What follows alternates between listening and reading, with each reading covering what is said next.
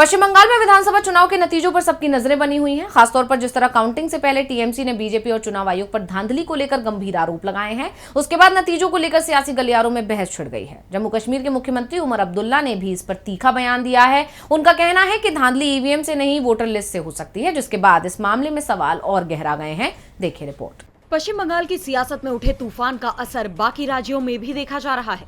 CM Mamata Banerjee और उनकी party TMC के सपोर्ट में तमाम राजनीतिक दल उतर आए हैं और चुनाव आयोग की कार्यशैली पर सवाल उठा रहे हैं। जम्मू कश्मीर के मुख्यमंत्री उमर अब्दुल्ला ने भी चुनाव के नतीजों में धांधली के आरोपों को लेकर तीखी प्रतिक्रिया दी। उन्होंने ईवीएम के साथ छेड़छाड़ के अलावा धांधली का एक और जरिया का खुलासा किया है।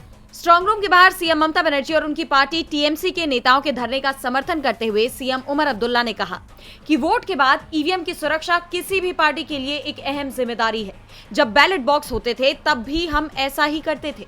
हम अपने लोगों को स्ट्रांग रूम के बाहर रखते थे। भले ही ईवीएम खुद धांधली का मुख्य जरिया ना हो, लेकिन वोटर लिस्ट की ईमानदारी सिस्टम में सबसे कमजोर पॉइंट बनी हुई है। आज वोटों की चोरी ईवीएम से नहीं बल्कि एसआईआर के जरिए हो रही है। वोट चुराने के मौजूदा तरीके में वोटर लिस्ट से नाम हटाना शामिल है। बदकिस्मती से ये चोरी इलेक्शन कमीशन के जरिए हो रही है। अगर एसआईआर पश्चिम बंगाल में चुनाव के नतीजों पर असर डालता है तो ये सभी राजनीतिक पार्टियों के लिए एक बहुत खतरनाक मिसाल कायम करेगा। आप जानते हैं कि टीएमसी ने बीजेपी पर स्ट्रांग रूम में रखे ईवीएम के साथ छेड़छाड़ के आरोप लगाए हैं, जिसके बाद से पश्चिम बंगाल में भारी बवाल मचा हुआ है। लेकिन अब सीएम उमर के इस बयान ने चुनाव आयोग और उसके फैसलों पर उठते सवालों को और मजबूत कर दिया है।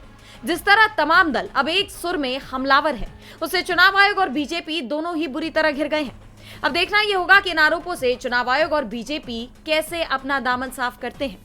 डीवी लाइव की रिपोर्ट।